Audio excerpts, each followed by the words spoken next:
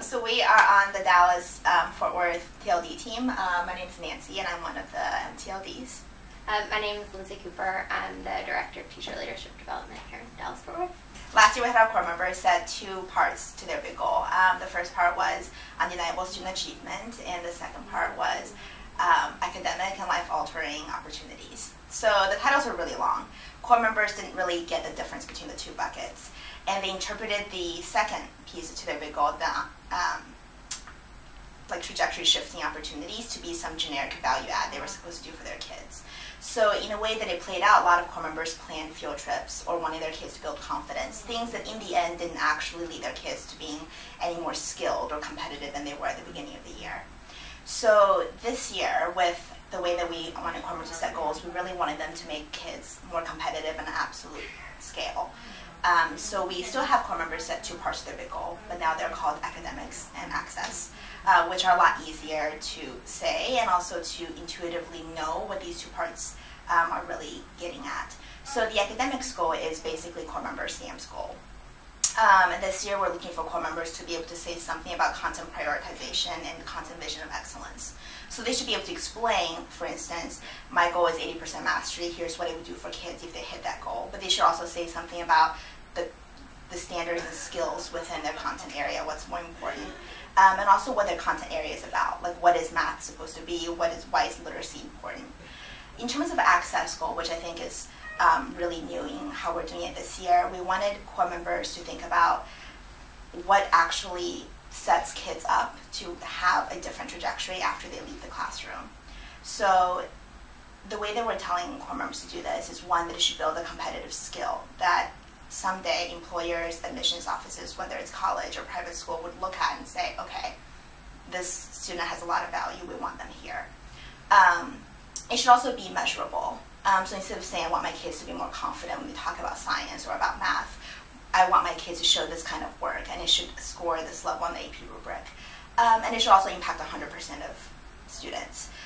In the past, we had a lot of core members set goals about kids applying to magnet school and 10% getting in, which doesn't do very much for the other 90% of the kids. So those are our 3 criteria for academics and access goals. And now Lindsay's going to talk a little bit about how we actually coach core members to get there. So our whole group, professional development, gets core members about 60% of the way to them creating and developing a goal that meets our bar of transformative. And so the MTLD then has to take their core member the rest of the way, that extra 40%. And so when I think about how I'm coaching a core member towards that end, there are like about 5 things that I do. The first thing is I actually look at every core member's goal holistically and I determine, like, where is this core member's strengths? What is this core member motivated by, and where is their passion? Are they really motivated by the content that they teach? Are they really inspired and angered by the context that their students live in, and that's what fuels them and gets them out of bed in the morning? The second thing I look at is, like, what are the actual strengths in the goal? Does the core member have a really strong quantitative measure, both in academics and access? Do they have a really strong understanding of their content, or have they developed some really strong habits and mindsets that they want to push their kids to have this year? The third thing that I look for is, where are like the major misunderstandings in the goal? Is it that they actually don't have an understanding of what are the most important things in their content? So for example, if I teach like 6th grade ELAR, like what are the most important standards that I need to be teaching my kids to set them up to be successful throughout the rest of their reading and writing trajectory in middle school and high school? And then lastly, I think about, like, based on this core member's passions, based on their strengths, based on the strengths within the goal itself, how can I use those as an entry point into the conversation to help build a core member's knowledge and skill to overcome the misunderstandings or the gaps that are in that goal? So when I sit down in the conversation with a core member, I actually start there and then build their knowledge and skill either through like pulling up state standards, looking at examples of student work, and looking at some nationally normed rubrics. So at this point, I think a natural question is, what do academics and access goals actually look like? So when I think about some of my stronger second-year core members and the goals and vision they've drafted to this point, I have a couple of examples that I think are really, really great. Thomas is one of my 8th grade math teachers, and his vision for his students is that he ultimately wants them to be able to take calculus and not only take it, but actually succeed in that class. And so it's pretty challenging because there's such a big gap in just years in content between 8th grade math and calculus.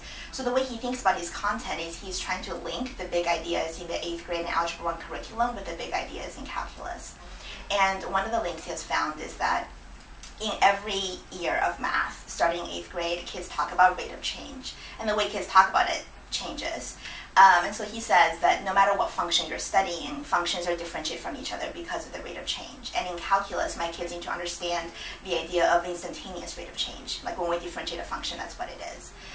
So he's able to understand his content so deeply that he sees these links that I think other core members would probably not be able to pull out for him to set his vision for his academics goal. So he has these ideas of what key ideas he's going to emphasize and prioritize when he teaches Algebra 1 this year. For his access goal, he's taking the calculus free response section, looking at what graders look for in answers, and then tailoring it to the content he's teaching. So his kids are actually doing a free response questions at the end of every week that he's grading on a calculus AP rubric. And I think that's also difficult because the calculus rubric is specific to each question. So Thomas is going to have to do a lot of thinking about the general trends that graders look for in students' thinking and how they communicate it to make his own rubric, but he's adapting it from the AP Calculus approach. And then I have a 7th grade science core member, Taylor, who cares a lot about her students' ability to reason and to make conclusions from scientific evidence. So in terms of her academics goals, she is thinking a lot about the cross-cutting concepts in science. She's actually leading some professional development for core members for that too, in thinking about like what is in biology, what does structure and function have to do with each other, and how do I want my kids to talk about it. For her access goals, she wants her students to average 24 on the ACT science reasoning section, which is a lot of reading graphs and being able to make inferences and draw conclusions from the data. For her, she sees that as one of the huge skills in her content area that's not limited to what year of science that she's teaching. She wants her kids to leave her 7th grade classroom being able to draw conclusions no matter whether they're in biology or physics or chemistry and what year they are in high school. So I'm going to share an example of one of my 1st grade bilingual teachers, Christine McClary. And Christine really cares about her students truly being bilingual, actually being able to speak, listen, read, and write both in English and in Spanish. So for her academics goal, she has set a 2 years of reading growth in Spanish based on the Fountas and Pinnell, and has really dived into like what does it actually mean for a student to read on grade level reading my classroom? What are the phonemic and phonological awareness skills that my students need? What do they need to be able to decode, and how do they need to be able to make meaning of a text on a grade level text? Additionally, she's thinking about like writing, thinking about like in 1st grade as students are still learning what it means to be a writer as well as like how to be a great writer. She's thinking about developmentally, what level do I want my students writing on, and then thinking about them being great writers. What does it mean for a 1st grader to have strong voice, to have strong organization, development of ideas, and word choice in their writing examples.